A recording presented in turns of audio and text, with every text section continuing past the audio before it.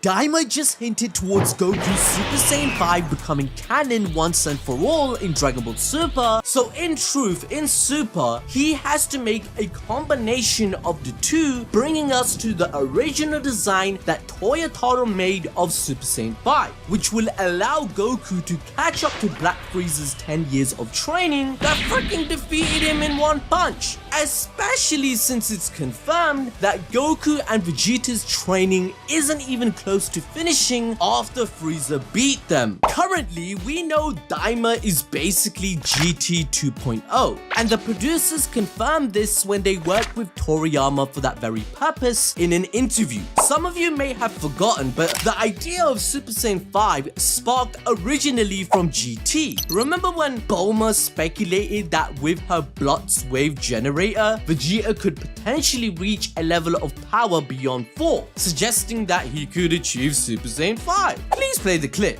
Super Saiyan 5? Are you serious? You really believe that I could surpass Kakarot? You are the Prince of all Saiyans, aren't you? So let's find more proof that this is the direction Dragon Ball Super is going. Firstly, let's break down Goku's progress to mastering Ultra Instinct. Whis narrates in the anime during episode 129 that Goku dispelled all unnecessary thoughts that clouded his focus. From thinking about his entire universe to narrowing his thoughts down to him, his opponent, and the fight. Goku realized what he needed to do back then but couldn't fathom the energy to maintain it. Eventually, in the moral arc, Goku was mentored by the angel Beerus, who taught him about emptying his heart and mind. However, he lays the foundation of the next step. Beerus told Goku that he must go through a multitude of emotions before fully understanding the technique. Now, this is a difficult paradox for Goku and the Saiyan race, as they have to figure out their nature and their whole thing is about getting more power from rage, right? However, the silver-haired form is Goku's strongest, as confirmed by Beerus in chapter 102, but Whis affirms in chapter 71 that it should only be used as a last resort. That's because Ultra Instinct doesn't let Goku use his core emotions that build up his identity, and so he has to strain himself to maintain it. This was clearly showcased when Goku thought Granola had died. He uses the technique but states he cannot feel anger and must suppress it, which actually made him weaker. Just read the fight with Gas once again. The dude is taunting Goku that he doesn't sense the fierce combat and resolve like Bardock had, and because Goku doesn't know anything about Saiyan pride, Gas tells Goku that he truly cannot comprehend who he truly is, which is why his Ultra Instinct would lose. Eventually, Goku somewhat agrees and decides to embrace his true self, a carefree person in the face of death. As a result, Goku implements his Saiyan emotions into Ultra Instinct Omen, which makes him significantly stronger. He starts to outpower Gas for the first time. Look people, at the end of the day, this is Dragon Ball, where the power ceiling just keeps on increasing. Black Frieza made the gap bigger than ever. In chapter 68, the prophecy states that the strongest in the universe will soon rise up, and that person will cause a shift in the balance of the cosmos. Like, bruh, the prophecy was made when the fish was suffering from insomnia, which is described by Whis as a bad omen for the future, which swiftly brings me to the goal of Black Frieza in the first place. We cannot forget the bold declaration Frieza makes whilst looking at the Zenos in Dragon Ball Super episode 99.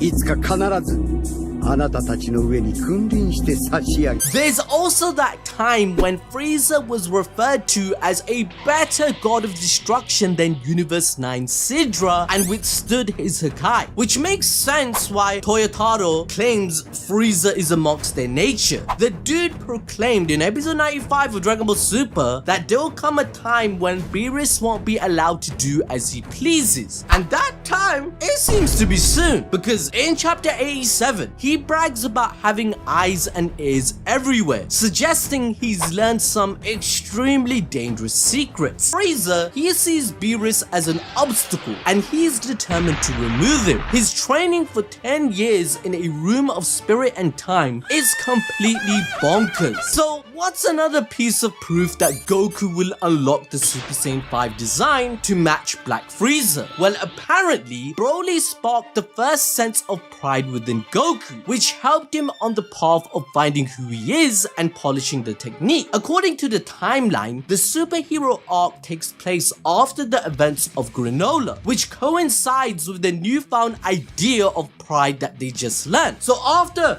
doing all that shit and learning it, Goku picked up Broly, becoming friends and trained. He keeps him safe on Beerus' planet, away from threats such as Black Frieza. Eventually, he makes Beast Gohan help Broly achieve Super Saiyan without losing his mind, since they are so similar. And then we get this epic moment where all the Saiyans spar to figure out exactly what they can do to master their own respective unique transformations, right? So the future for Goku's power, it's essentially creating his own version of the technique. And I think that's something to do with Super Saiyan 4 combining with Ultra Instinct, as that is the true identity of a Saiyan, and then he just applies the power on top of it. But let me know what you think in the comments. And to enjoy more peak fiction, watch this video on your screen right now.